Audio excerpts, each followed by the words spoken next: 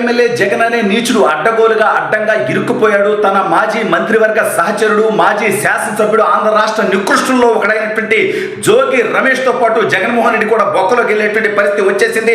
అసలు ఇంతకీ జోగి రమేష్ పై కేసు ఎందుకు నమోదయ్యేటువంటి పరిస్థితి అయింది?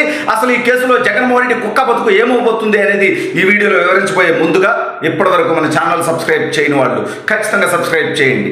ఇక విషయానికి వస్తే, జగన్ అనే 420 గాడు తాను అధికారంలోకి రాకముందు అగ్రిగోల్డ్ విషయాన్ని నేను పరిష్కరిస్తాను, నేను ప్రభుత్వం నుంచి డబ్బులు కట్టైనా సరే నేను ఇది సాల్వ్ చేస్తానని చెప్పినటువంటి ఈ నీచుడు తన పార్టీలో ఉన్నటువంటి నాయకులతో అగ్రిగోల్డ్కు సంబంధించినటువంటి వేలాది ఎకరాలు, వేలాది కోట్ల రూపాయల డబ్బు దోచుకొని దౌర్భాగ్యుడు ఆ దోపిడీలో తన పార్టీ వాళ్ళు దోచుకొని వీడికి వాటాలు ఇస్తుంటే చూసుకున్నటువంటి ఈ నికృష్టుడు. అయితే ఈ జోగి రమేష్ అనేటువంటి దౌర్భాగ్యుడి గురించి మనందరం చూసాం.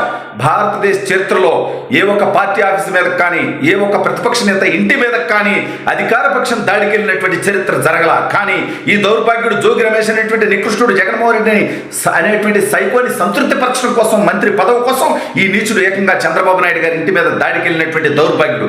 ఎందుకు వచ్చావురా ఇక్కడికంటే వినతపత్రం ఇవ్వడానికి వచ్చాడంట. ఏరా లేకినా కొడక, మా పార్టీ ఆఫీసుకు రాకపోయావు వినతపత్రం తీసుకునేవాడు బాబు గారు, లేదా అసెంబ్లీలో కనిపించినప్పుడు ఎదురైనప్పుడు అక్కడ ఇవ్వకపోయావారా దౌర్భాగ్యుడా అని అడిగితే ఆ రోజు సమాధానం లేదు ఈ నీచుడి దగ్గర. ఇవాళ ఈ రోజు ఉదయం నుంచి ఏసీబీ సోదాలు ఏదైతే అగ్రిగోల్డ్ భూముల్ని రికార్డులు మార్చేసి, రెవెన్యూ రికార్డులు మార్చేసి ఈ దౌర్భాగ్యుడు చేసినటువంటి దోపిడీ బట్టబయలైపోవడంతో వీడి కొడుకుని ఈ రోజు ఉదయం ఆల్రెడీ అరెస్ట్ చేయడం జరిగింది. ఇప్పుడు జోగి రమేష్ గారు కూడా మరికొద్ది సేపట్లో అరెస్ట్ అయ్యేటువంటి అవకాశం ఉంది. ఎందుకంటే ఈడు కొడుకు కూడా ఎంత పెట్టేగాడో మనందరికీ తెలుసు. ఈడు పేరు నాని గారు ఎంతంత నీచమైనటువంటి వ్యవహారాలు చేశారో, కారు కూతలు పూశారో ఈ రాష్ట్ర ప్రజలు ఎవరు మర్చిపోలా. అయితే ఇప్పుడు ఈ విధవలను అందరి వెనక ఉన్నది ఎవరు? ఇవాళ మదనపల్లిలో రెవెన్యూ రికార్డులు దగ్ధమైపోయాయి, అగ్నికి ఆహుతి చేశారు.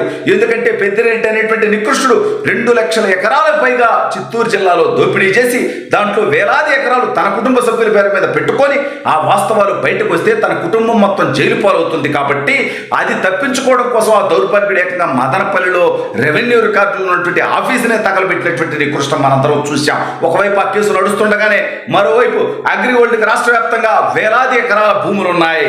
వాటిని రికార్డులు మార్చేసి అగ్రిగోల్డ్ ఆస్తుల విక్రయం కానీ, అమ్మకాలు కానీ, కొనుగోలు కానీ అన్నిటి మీద కోర్టు వాటి మీద నిషేధం విధించిన తర్వాత, వాటి మీద రిస్ట్రిక్షన్స్ పెట్టిన తర్వాత ఈ దౌర్భాగ్యుడు వాటికి సంబంధం లేదన్నట్టుగా రికార్డులు మార్చేసి అగ్రిగోల్డ్ భూములు కాదన్నట్టుగా దొంగ రికార్డులు సృష్టించి దౌర్భాగ్యుడు ఆ భూములు అమ్ముకొని కోట్లాది రూపాయలు సంపాదించుకున్నాడు. ఈ స్కామ్లో జోగి రమేష్ గారి కొడుకు స్వయంగా పాల్గొన్నాడు.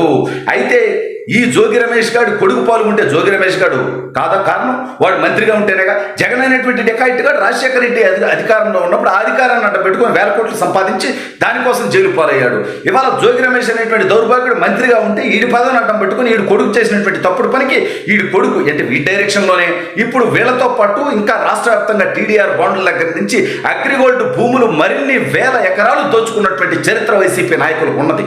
ఒక్కొక్కటి విచారణలో వెలుగులోకి వచ్చే కొంది ఆ యొక్క మంత్రులు, ఆ యొక్క శాసనసభ్యులు, వాళ్ళ కుటుంబ సభ్యులే కాదు, వాళ్ళందరూ వెనుకున్నటువంటి ఆల్ ఇండియా డెకాయిట్ 420 నీచుడు నికృష్టుడు ఆంధ్రప్రదేశ్లో అతిపెద్ద కరప్షన్ దౌర్భాగ్యుడైనటువంటి జగన్మోహన్ రెడ్డి గారు. ఎందుకంటే వాడి చేతికి అధికారం ఇచ్చింది ఈ రాష్ట్ర ప్రజలకు అభివృద్ధి చేయడం కోసం, సంక్షేమం అందించడం కోసం అనేది పక్కన పెట్టినటువంటి ఈ నీచుడు ఎంత విధ్వంసం చేశాడో మనందరం చూసాం.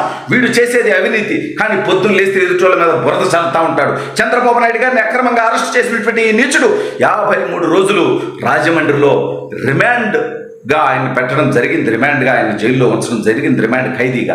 అంటే ₹1 అవినీతికి ఆధారం చూపించలేక, ఒక్క ట్రాన్సాక్షన్ చూపించలేక, ఆయన అడిగేటువంటి ప్రశ్నలకు సమాధానం లేక ఈ దౌర్భాగ్యుడు పడినటువంటి విధానాలు మనందరం చూసాం. అయితే ఇవాళ జోగి రమేష్ అనేటువంటి వాడు ప్రగల్భాలు పలుకుతా ఉన్నాడు. నా కొడుకుని ఇబ్బంది పడుతున్నాడు చంద్రబాబు నాయుడు, నీకు కొడుకున్నాడని. ఎరా అసలు కుటుంబాల్లోకి ఎందుకు వస్తున్నారంటే మీరు అధికారంలో ఉండి మీరు అడ్డగోలుగా అక్రమాలు చేసి, అవినీతి చేసి, వందలాది వేలాది కోట్ల ప్రజాధనాన్ని దోచుకొని దాని మీద చర్యలు తీసుకునేటువంటి ప్రయత్నం చేస్తే నాకు కొడుకులు ఉన్నారు, నీకు కొడుకులు ఉన్నారు, మీకు కొడుకులు ఉన్నారు, ఉంటారు, ఎవరికైనా ఉంటారు. అయితే ఏంటి అవినీతి చేయమని చెప్పారా? నీకు వేలాది కోట్ల ఆస్తులు ఎక్కడి నుంచి వచ్చినాయి దౌర్భాగ్యుడా? ఏకంగా సాక్షాత్తు 3 సార్లు ముఖ్యమంత్రిగా చేసి ఆనాటికి ప్రతిపక్ష నేతగా ఉన్నటువంటి చంద్రబాబు నాయుడు గారి ఇంటి మీదకి రౌడీల్ని గుండాలు వేసుకొని ఎందుకు పోయేవారు దౌర్భాగ్యుడా? ఇవాళ దానికోసం రివెంజ్ కాదు ఇది. అగ్రిగోల్డ్ భూముల్ని నిజంగానే అగ్రిగోల్డ్లు ఎవరెవరైతే బాధితులు ఉన్నారో పాపం చిన్న సన్న వ్యాపారాలు చేసుకునేటువంటి వాళ్ళు, రైతులు ఎంతో మంది అగ్రిగోల్డ్కి డబ్బులు కట్టున్నారు. వాళ్ళందరికీ రావాల్సినటువంటి డబ్బుని, వాళ్ళందరికీ చెందాల్సినటువంటి సొమ్ముని వైసీపీ డెకాయిట్లు, నక్కలు, కుక్కలు అక్కడి నుంచి దోచుకునేటువంటి ప్రయత్నాలు చేస్తే, ఆ తప్పుడు పనులు ఇవాళ ప్రభుత్వం మారిన తర్వాత వెలుగులోకి వస్తే వాటి మీద ఈ ప్రభుత్వం చర్యలు తీసుకుంటే నీకు కొడుకులు ఉన్నారు, నాకు కొడుకులు ఉన్నారు, కుటుంబాల గురించి మాట్లాడతాను. ఇంత దౌర్భాగ్యులారా, కనీసం కుటుంబాల గురించి మాట్లాడేటువంటి కనీస అర్హత ఉన్నదా?